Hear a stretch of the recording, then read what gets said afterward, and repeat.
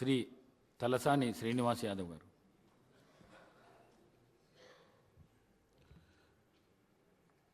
గౌరవనీయులు ప్రసాద్ కుమార్ గారు, ఈరోజు శాసనసభాపతిగా ఎన్నికైనటువంటి శుభ సందర్భంలో మీకు మనస్ఫూర్తిగా అభినందన తెలియజేస్తూ, భారత స్వాతంత్ర్యం లోపట ప్రజాస్వామ్యంలో శాసనసభ అనేది చాలా పవిత్రమైనటువంటి శాసనసభ. ఇది ఒక దేవాలయం లాంటిది. మీరు కూడా స్వతహాగా మరి పేద వర్గాల నుంచి పెద్ద కుటుంబం, 8 మంది అక్కచెల్లెళ్ళు, అందులో మీరు, మరి ఇది కూడా మీ కుటుంబం లాంటిదే. గౌరవ మా పార్టీ అధ్యక్షుల వారు ఒక కొత్త సాంప్రదాయానికి నాంది పలకడమే కాకుండా, గౌరవ ముఖ్యమంత్రి గారు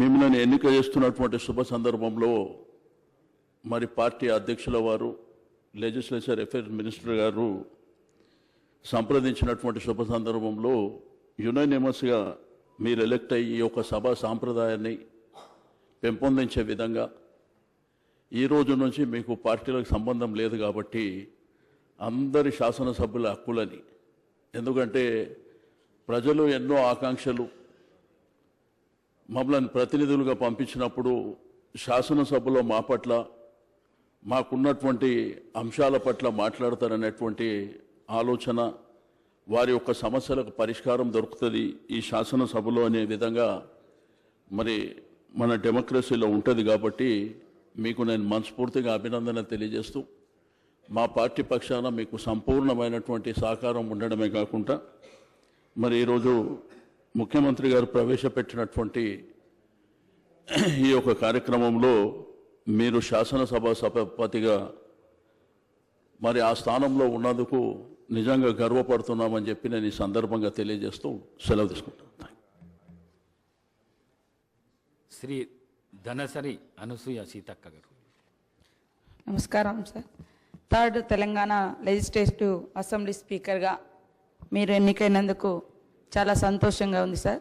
మీకు శుభాకాంక్షలను తెలియజేస్తూ, మీ వ్యక్తిగత జీవితంలో కానీ రాజకీయ జీవితంలో కానీ ఎన్నో రకాల ఒడిదుడుకులను ఎదుర్కొని ఈ స్థాయికి రావడం మాలాంటి అణగారిన వర్గాల నుంచి వచ్చినటువంటి బిడ్డలకు మీ జీవితం కూడా ఆదర్శప్రాయం, స్ఫూర్తిదాయకం. 2009లో కూడా నేను ఈ అసెంబ్లీలో ఈ సభలో ఉండడం జరిగింది. గత 5 years నుంచి మీరు మేమంతా పక్కపక్కనే ఒకే క్వార్టర్స్లో ఉండి మీరు ఎదుర్కొన్నటువంటి వ్యక్తిగత జీవితంలో మీ సతీమణి గారు కోల్పోవడం, ఇట్లాంటివన్నీ కూడా మిమ్మల్ని చూసినప్పుడు మీరెంతో నిబ్బరంగా ఉన్నటువంటి తీరు, ఇవన్నీ కూడా చాలా చెలించినటువంటి సందర్భం. ఈరోజు మిమ్మల్ని చూస్తే చాలా గర్వంగా ఉంది. అదే కాకుండా ఒక అణగారిన వర్గాల నుంచి, అంచబడ్డ వర్గాల నుంచి వచ్చినటువంటి బిడ్డలు ఎదగాలంటే ఎన్ని కష్టాలు ఉంటాయో తెలిసినటువంటి వ్యక్తులుగా మీ జీవితం మా అందరికి కూడా ఆదర్శప్రాయం. మీరు ఒదుగుతూ ఎదిగిన తీరు దేశానికి ఒక ఆదర్శవంతం. తప్పకుండా మీరు మమ్మల్ని అందరినీ కూడా సమన్వయం చేసుకొని సభ యొక్క ఔన్నత్యాన్ని, ముందాతనాన్ని కాపాడతారని భావిస్తూ ధన్యవాదాలు. సెలవు తీసుకుంటాను. అధ్యక్ష, ముందుగా శాసనసభ అధిపతిగా ఎన్నికైన మీకు హృదయపూర్వకంగా మా పార్టీ పక్షాన, మా అందరి పక్షాన కూడా హృదయపూర్వకంగా మీకు అభినందనలు తెలియజేస్తూ, మా పార్టీ అధ్యక్షులు పెద్దలు శ్రీ కేసీఆర్ గారు, వారు దురదృష్టవశాత్తు వారికి కొంత గాయమయ్యి హాస్పిటల్లో ఉన్నప్పటికీ, ఎప్పుడైతే ఈ ప్రతిపాదన శ్రీధర్ బాబు గారి ద్వారా మరి వారికి వచ్చిందో, వెంటనే ఒక క్షణం కూడా సంకోచించకుండా, రెండో ఆలోచన లేకుండా తప్పకుండా సహకరించవలసిందే అని చెప్పి ఏకగ్రీవంగా ఎన్నిక కావడానికి వారు మాకు ఆదేశాలు ఇవ్వడం జరిగింది. దానికి అనుగుణంగానే నిన్న మీ నామినేషన్లో కూడా మేమందరం కూడా పాల్గొనడం జరిగింది. అధ్యక్ష, మీతో వ్యక్తిగతమైన అనుబంధం కూడా నాకు చాలా ఉంది. మీరు 2009 శాసనసభకు ఎన్నికైన నాడు నేను కూడా మీతో పాటు సహచర శాసనసభ్యుడిగా ఉన్నాను. ఆనాడు తెలంగాణ ఉద్యమంలో కూడా మీరు మీ వంతు పాత్ర పోషించినారు. 2012 నుంచి 14 దాకా మీరు మంత్రిగా, ముఖ్యంగా మా శాఖకు మంత్రిగా, హ్యాండ్లూమ్స్ అండ్ టెక్స్టైల్స్ డిపార్ట్మెంట్కి మంత్రిగా మీరు పనిచేసిన క్రమంలో ఆనాడు ఒక సందర్భంలో నేను మీ దగ్గరకు వచ్చి మీరు రండి సిరిసిల్లకి మీరు రావాలి, ఎందుకంటే రాష్ట్రం మొత్తంలోనే టెక్స్టైల్ అంటే సిరిసిల్ల కాబట్టి మీరు తప్పకుండా రావాలి అంటే మీరు కొంత సంకోచం వ్యక్తం చేసినారు మొదలు. మరి ఇప్పుడు ఉద్యమం ఉధృతంగా ఉంది, నేను మంత్రిగా ఉన్నాను, ఈ సమయంలో వస్తే ఏమైనా ఇబ్బంది ఉంటుందా అంటే లేదు మనం కలిసే పోదామని చెప్పి ఆ రోజు మీరు రావడమే కాకుండా ఆనాడు మరి బ్రహ్మాండంగా మీరు వచ్చి అక్కడ కార్మికుల సమస్యలు విని తర్వాత చాలా సమస్యల పరిష్కారానికి మీ స్థాయిలో మీరు కృషి చేసినందుకు కూడా మీకు మనస్ఫూర్తిగా ఈరోజు మళ్ళొకసారి అభినందనలు ధన్యవాదాలు కూడా తెలియజేస్తూ మరి ఒక ఉన్నతమైన సాంప్రదాయానికి ఈరోజు మరి తెరదీస్తూ ఇతర పెద్దలు గౌరవనీయులు తెలంగాణ రాష్ట్రం ఏర్పడ్డ తర్వాత పెద్దలు శ్రీకొండ మధుసూనాచారి గారు, తర్వాత శ్రీ పోచారం శ్రీనివాసరెడ్డి గారు, తదనంతరం మీరు మరి వారు ఇద్దరు కూడా నెలకొల్పిన సాంప్రదాయాలు కాపాడిన విలువలు వాటన్నిటిని మీరు కూడా పరిరక్షిస్తారని మనస్ఫూర్తిగా ఆకాంక్షిస్తూ మీ ఉన్నతికి మనస్ఫూర్తిగా అభినందనలు తెలియజేస్తూ మరి ఇప్పుడే పెద్దలు ముఖ్యమంత్రి గారు, ఉప ముఖ్యమంత్రి గారు, మంత్రివర్యులు కూడా చెప్పినట్టు మరి ఈ సభ అందరి సభ, ఈ సభలో ఉండే ప్రతి సభ్యుడి యొక్క గౌరవాన్ని, ప్రతి సభ్యుడి యొక్క హక్కులను,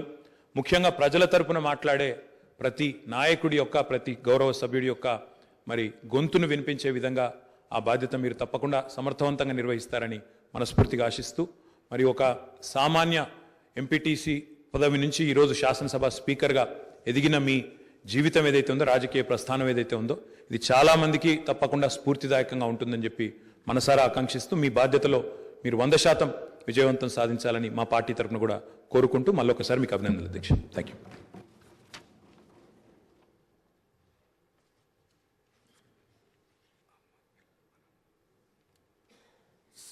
శ్రీ అహ్మద్ సందర్భంగా ముందుగా మీకు శుభాకాంక్షలు తెలియజేస్తా ఉన్నాను.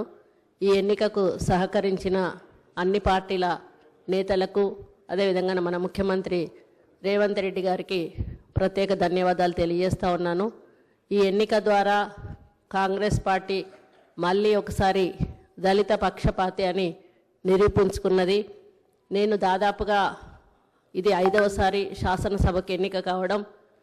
ఆ రోజు యనమల రామకృష్ణుడి దగ్గర నుంచి మొదలు పెడితే కిరణ్ కుమార్ రెడ్డి గారు, సురేష్ రెడ్డి గారు, మధుసూదనాచారి గారు, ఆ తర్వాత మీ ఆధ్వర్యంలో ఈ సభలోకి అడుగు పెట్టడం జరిగింది. ఈ సభ యొక్క పవిత్రత గురించి అందరూ కూడా చెప్పడం జరిగింది. ఎన్ని ఒకరి మధ్యలో ఒకరు ద్వేషాలు ఉన్నా ఈ సభలోకి వచ్చిన తర్వాత అందరం కూడా ప్రజల కోసం, ప్రజల సమస్యల కోసమే మాట్లాడాల్సింది. ఈ సభలో ఎన్ని వాదోపవాదాలు జరిగినా, ఎన్ని దూషణలు చేసుకున్నా కూడా ఈ సభ తలుపు దాటంగానే అందరూ కూడా శాసనసభలో ఒక స్నేహిత భావంతో ముందుకెళ్తారు. మరి ఈ శాసనసభ యొక్క పవిత్రత గురించి ఒక చిన్న ఉదాహరణ చెప్తాను అధ్యక్ష. ఆ రోజు మైసూరారెడ్డి గారు ఈ శాసనసభలో ఉన్నప్పుడు నేను శాసనసభ్యురాలుగా ఉన్నాను. ఆయన చైన్ స్మోకర్ అధ్యక్ష. ఆయన ఈ గడప దాటాడంటే స్మోకింగ్ చేసేవాడు, లోపలికి వచ్చినప్పుడు స్మోకింగ్ ఆపేవాడు. మేము మహిళా శాసనసభ్యురాలందరికీ కూడా ఆ రోజు నేదులమల్లి జనార్దన్ రెడ్డి గారి భార్య రాజలక్ష్మి గారు తినడానికి ఏమైనా తెచ్చేవాళ్ళు. అందరం కలిసి శాసనసభలోనే అవి తినేటప్పుడు అయినా సీరియస్గా మా దగ్గరికి వచ్చి, అమ్మ ఈ సభకు ఒక గౌరవం ఉంది, దీనికి ఒక ప్రతిష్ట ఉంది, సభ లోపల ఇలాంటి కార్యక్రమాలు మీరు చేయకూడదు, మీరు తినాలనుకుంటే బయటికి వెళ్ళి తినండి అని ఆయన ఆదేశించేవారు అధ్యక్ష. అటువంటి పవిత్రత ఈ శాసనసభకు ఉంది. కాబట్టి ఇప్పుడు ప్రతిపక్షాలు మాట్లాడినట్టుగా, మరి అధికార పక్షాలు మాట్లాడినట్టుగా మీరు ఈ సభకు ఒక తండ్రి లాంటి వాళ్ళు. అదేవిధంగా నాలాగా ఒక ఎంపీటీసీ స్థాయి నుంచి, ఎంపీపీ స్థాయి నుంచి ఈరోజు స్పీకర్ స్థానానికి రావడం మామూలు విషయం కాదు అధ్యక్ష. మీరు మీ బాధ్యతలను అందరూ కోరినట్టుగా నిష్పక్షపాతంగా నిర్వహించి ఈ శాసనసభకు ఒక హుందాతనాన్ని ఇస్తారని ఆశిస్తూ ఉన్నాను అధ్యక్ష. మామూలుగా పదవితో కొంతమందికి వన్నె వస్తుంది, కానీ మీ పదవితో మీరు పదవికి వన్నె తెస్తారని మీ వ్యక్తిత్వంతో నేను ఆశిస్తూ, మీ ద్వారా ఈ శాసనసభ మంచి సాంప్రదాయాలతో, మంచి ఆలోచనలతో ముందుకెళ్ళి ప్రజా సమస్యల పరిష్కార దిశగా నడవాలని కోరుకుంటూ సెలవు తీసుకుంటూ మళ్ళీ ఒకసారి మీకు శుభాకాంక్షలు తెలియజేస్తున్నాను అధ్యక్ష.